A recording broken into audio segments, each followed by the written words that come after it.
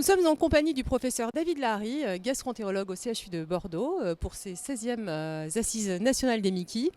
David Lahary, vous avez fait un topo sur les anti-Janus kinases, les médicaments à deux visages, les anti-JAK. Expliquez-nous pourquoi ce sont des médicaments à deux visages.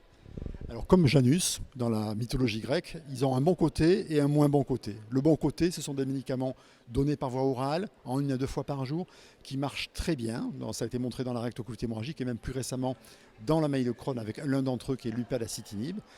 Donc c'est une classe thérapeutique très prometteuse, efficace, mais deuxième visage, qui a quand même le revers de la médaille avec un profil de sécurité qui est très différent de ce qu'on avait jusqu'alors avec les biothérapies.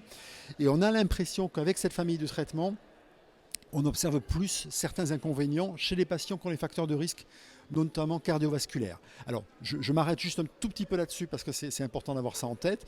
Des patients qui ont un âge de plus de 50 ans, voire plus de 65 ans, qui ont des facteurs de risque cardiovasculaires, ne sont pas des candidats à un traitement anti-JAK parce qu'on a constaté sur des données observationnelles et des bons travaux scientifiques qu'ils font plus d'accidents cardiovasculaires, plus de maladies thromboemboliques, plus d'infections et plus de cancers.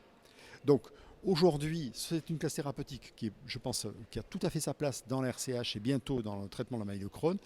Mais il va falloir bien cibler et choisir les patients justement pour minimiser les risques qui ont été constatés. Alors sur les risques thromboemboliques, notamment chez les jeunes patientes, alors on voit, maintenant on cible bien du coup le profil du patient qui a quand même un certain âge. Un âge entre quel âge on dirait? Le nôtre ou plus. Jeune quoi.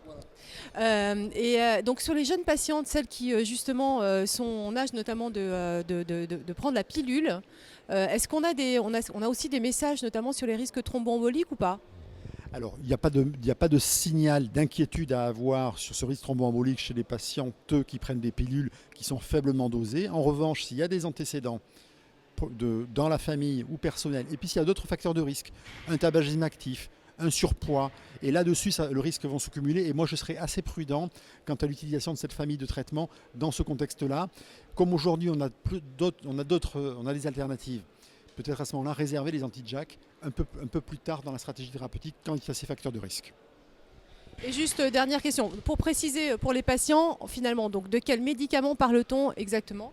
Alors, les anti-JAK, il y en a 3. Le tofacitinib, dont le nom commercial est le Xeljanz, le filgotinib, dont le nom commercial est le Jyseleca, et l'upadacitinib, dont le nom commercial est le Rinvoq. C'est très clair. Merci beaucoup, David. Merci.